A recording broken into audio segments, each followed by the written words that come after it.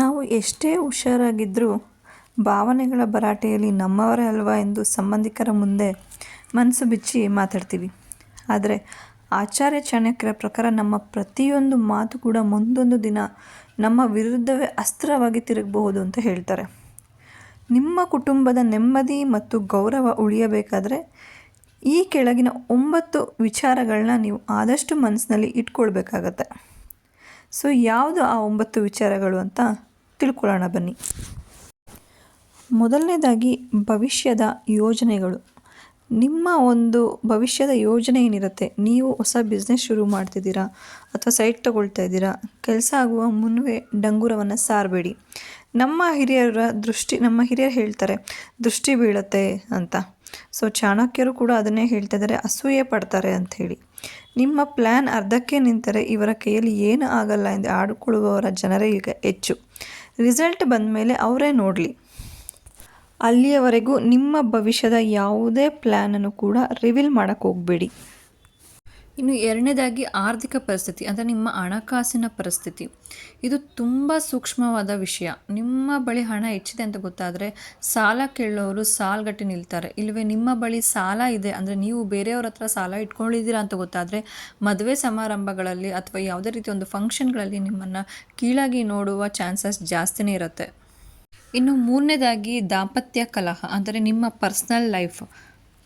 ಯಾವ ಸಂಸಾರದಲ್ಲಿ ಜಗಳ ಇಲ್ಲ ಹೇಳಿ? ಪಾತ್ರೆ ಅಂದಮೇಲೆ ಸದ್ದು ಸಹಜ ಅಲ್ವಾ? ಆದರೆ ಗಂಡ ಹೆಂಡತಿಯ ಜಗಳ ಅಥವಾ ಅತ್ತೆ ಸೊಸೆ ಕಿರಿಕು ಸಂಬಂಧಿಕರ ಕಿವಿಗೆ ಮಾತ್ರ ಬೀಳಬಾರ್ದು. ಅವರು ಬೆಂಕಿಗೆ ತುಪ್ಪ ಸುರಿತಾರೆ ಹೊರತು ನೀರಂತೂ ಹಾಕಲ್ಲ. ನಿಮ್ಮ ಮನೆಯ ಜಗಳ ನಿಮ್ಮ ಮನೆಯ 4 ಗೋಡೆಗಳ ಮಧ್ಯೆ ಇರಬೇಕು. ಇನ್ನು ನಾಲ್ಕನೇದಾಗಿ ನಿಮ್ಮ ವೀಕ್ನೆಸ್ ಮತ್ತು ನಿಮ್ಮ ಭಯ. ಎಕ್ಸಾಂಪಲ್, ನಿಮಗೆ ಕತ್ಲೆ ಅಂದರೆ ಭಯನಾ ಅಥವಾ ಯಾವುದಾದ್ರೂ ವಿಷಯಕ್ಕೆ ಬೇಗ ಎಮೋಷ್ನಲ್ ಆಗ್ತೀರಾ? ಈ ವೀಕ್ನೆಸ್ ಬೇರೆಯವರಿಗೆ ಗೊತ್ತಾದರೆ ಅವರು ನಿಮ್ಮನ್ನು ಆಟದ ಗೊಂಬೆಯಂತೆ ಬಳಸ್ಕೊಳ್ತಾರೆ. ಸಮಾಜದ ಮುಂದೆ ಯಾವಾಗಲೂ ನೀವು ಗಟ್ಟಿಯಾಗಿದ್ದೀರಿ ಅಂತಲೇ ತೋರಿಸ್ಕೊಳ್ಬೇಕಾಗತ್ತೆ. ಐದನೇದಾಗಿ ನಿಮ್ಮನ್ನು ನೀವು ಬೇರೆಯವರಿಗೆ ಹೋಲಿಕೆ ಮಾಡ್ಕೊಳ್ಳೋದು. ಇದಂತೂ ಇತ್ತೀಚೆಗೆ ದೊಡ್ಡ ಸಮಸ್ಯೆ ಆಗೋಗಿದೆ. ಅವ್ರ ಮಗ ನೋಡು ಎಷ್ಟು ಓದ್ತಾನೆ, ನೀನು ದಡ್ಡ, ನನ್ನ ತಂಗಿ ಗಂಡ ಕಾರ್ ತೊಗೊಂಡ, ಸೊ ನೀನೇನು ತೊಗೊಳ್ಳಿಲ್ಲ. ಈ ರೀತಿ ಸಂಬಂಧಿಕರನ್ನು ಇನ್ನೊಬ್ಬರಿಗೆ ಹೋಲಿಕೆ ಮಾಡೋದ್ರಿಂದ ಜಲಸಿ ಬರೋದು ಕಾರಣ ಆಗುತ್ತೆ. ಸೊ ನಿಮ್ಮನ್ನು ನೀವು ಬೇರೆಯವ್ರಿಗೆ ಯಾವತ್ತೂ ಹೋಲಿಕೆ ಮಾಡ್ಕೊಳ್ಳೋಕೆ ಹೋಗಬೇಡಿ. ಆರನೇದಾಗಿ ನಿಮ್ಮ ಹಳೆಯ ತಪ್ಪುಗಳು. ಗತಕಾಲದಲ್ಲಿ ಅಂದರೆ ನೀವು ಮಾಡಿದ ತಪ್ಪುಗಳನ್ನು ಅಥವಾ ನಿಮಗಾದ ಅವಮಾನಗಳನ್ನು ಪದೇ ಪದೇ ನೆನಪಿಸ್ಕೊಳ್ಕೊಳ್ಳೋ ಹೋಗಬೇಡಿ. ಮುಖ್ಯವಾಗಿ ಸಂಬಂಧಿಕರ ಮುಂದೆ ನಾವು ಅಂದು ತಪ್ಪು ಮಾಡಿದೆ ಎಂದು ಒಪ್ಪಿಕೊಳ್ಳಬೇಡಿ. ಮುಂದೆ ಜಗಳವಾದಾಗ ಅವರು ನಿಮ್ಮ ಹಳೆಯ ನೆನಪುಗಳನ್ನು ಎತ್ತಿ ತೋರಿಸಿ ನಿಮ್ಮ ಬಾಯಿಯನ್ನು ಮುಚ್ಚಿಸುತ್ತಾರೆ. ಇನ್ನು ಏಳನೇದಾಗಿ ನಿಮ್ಮ ವೈಯಕ್ತಿಕ ನಿರ್ಧಾರಗಳು. ಮಕ್ಕಳ ಮದುವೆ, ಆಸ್ತಿ ಪಾಲು ಅಥವಾ ಕೆರಿಯರ್ ಬದಲಾವಣೆ. ಇಂತಹ ನಿರ್ಧಾರಗಳು ಪಕ್ಕಾ ಆಗುವವರೆಗೂ ಇನ್ನೊಬ್ಬರ ಜೊತೆ ಚರ್ಚೆ ಇಡಬೇಡಿ. 10 ಜನ 10 ಸಲಹೆ ನೀಡಿ ನಿಮ್ಮ ದಾರಿ ತಪ್ಪಿಸ್ತಾರೆ. ನಿಮ್ಮ ನಿರ್ಧಾರ ಯಾವತ್ತೂ ನಿಮ್ಮದಾಗಿರಲಿ. ಇನ್ನು 8ನೇದಾಗಿ ಆರೋಗ್ಯದ ಗುಟ್ಟು. ನಿಮ್ಮ ಆರೋಗ್ಯದ ಗುಟ್ಟು. ನಿಮಗೆ ಸಣ್ಣ ಪುಟ್ಟ ಆರೋಗ್ಯ ಸಮಸ್ಯೆಗಳಿರಬಹುದು, ಅದನ್ನೇ ದೊಡ್ಡದು ಮಾಡಿ ಎಲ್ಲರ ಹತ್ರ ಹೇಳಬೇಡಿ.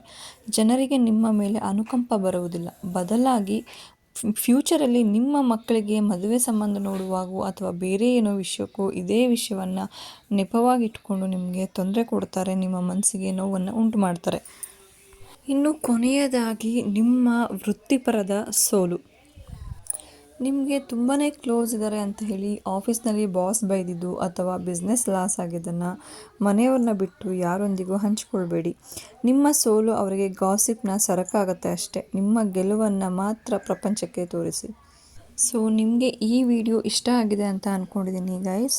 ಇಷ್ಟ ಆಗಿದ್ದರೆ ಲೈಕ್ ಮಾಡಿ, ಶೇರ್ ಮಾಡಿ, ಹಾಗೆ ಸಬ್ಸ್ಕ್ರೈಬ್ ಮಾಡ್ಕೊಳ್ಳಿ. Thank you.